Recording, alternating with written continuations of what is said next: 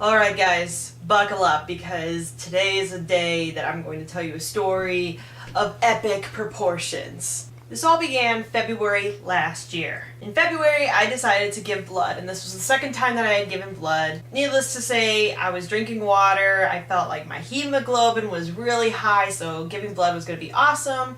The only thing that I didn't do was I didn't eat lunch before giving blood. But I had snacks afterwards. I even went out to lunch with a friend of mine. Except when I went home, I felt exhausted and decided to take, I don't know, an hour and a half nap. Promptly then my parents woke me up and said, hey, since it's Friday night and it's Friday family fun night, we're gonna go to Chili's and eat food. And I said, yeah, I'm starving. I'm in the midst of telling my family how I don't feel bad at all. It was amazing. It was so much better than my last time. And then all of a sudden I feel just really flushed and hot.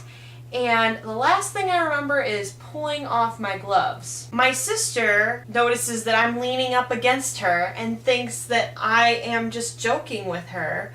But I had fainted.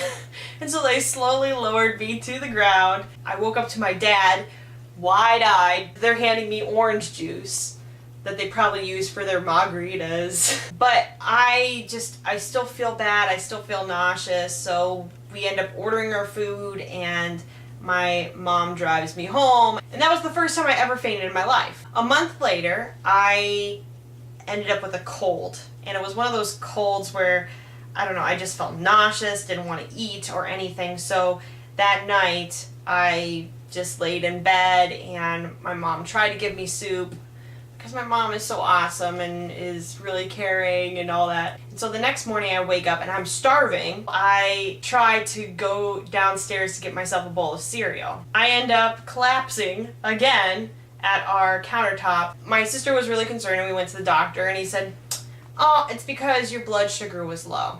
And then I explained to him about the blood and he said, it's because of giving blood. Totally understandable, right? About a month and a half later, I am at work at my old job and I'm working the floor and I'm actually the charge nurse and I'm just rushing around like a crazy lunatic. And even one of my coworkers mentioned to me, you just seem overly stressed for some reason and it's an okay night. Why are you stressed out? I'm like, I'm fine.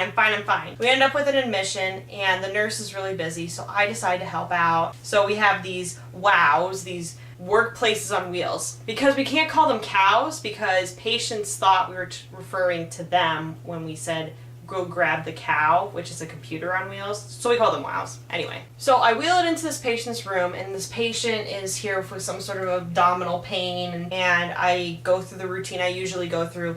I have all this computer work to do for your admission. I need to get this information down so that we can call the doctor and let him know what is your history and what's going on with you. I'm going to try and make this as short and sweet as possible.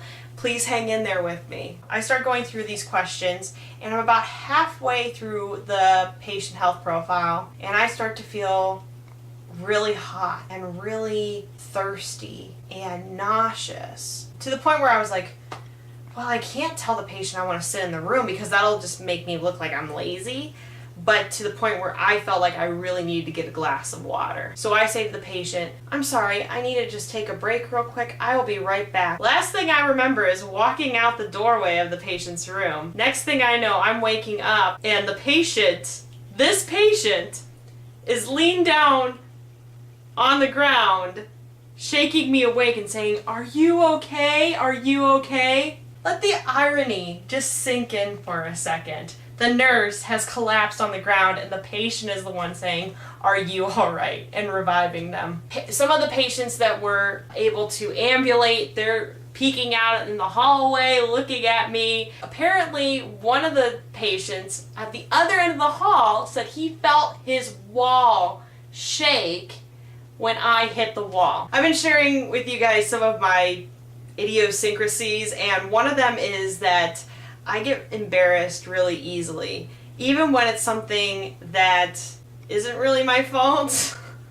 You know, I'm just very clumsy, and it's something that happens to everybody. Everybody falls, everybody does stuff like this. Like, there was this other instance way back in my childhood where I was at a summer camp. We were all going to play hide and go seek. So I rushed out the doors and there was a mat. I ended up slipping on that and jamming my knee into the door frame, and I busted my knee to the point where it was skinned and bleeding profusely. A normal person, I preface that, a normal person would say, oh my gosh, I'm bleeding, I shouldn't play this game. But me, I'm embarrassed and I don't want to let anybody know that I'm bleeding, so I end up going and hiding and looking at my knee and saying, oh my gosh, I'm bleeding. And then other people found my hiding space, and there were other hiders, they weren't the seeker. Oh my gosh, you're bleeding. I said, it's nothing, it's not a big deal, it's not a big deal. And I'm mortified that they're bringing it up to me. So, you know, I could be squirting blood out of my neck. It's fine.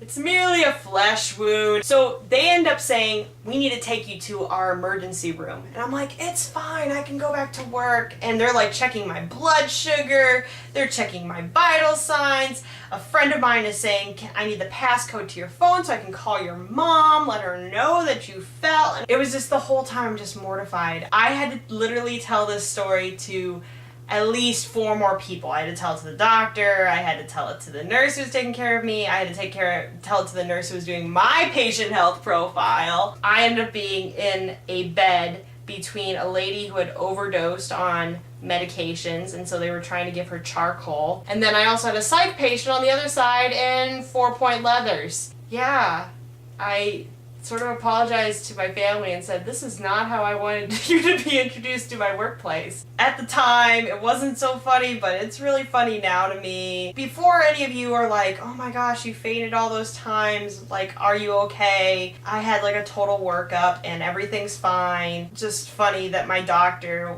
was very much like, oh, well, fainting is very typical for women your age. Like, so I had a case of the vapors, like what what was it? They did everything. They did brain scans, heart scans, all sorts of things, and I had a clean bill of health. Anyway, I hope this made you chuckle a little bit. I'll see you tomorrow. Bye.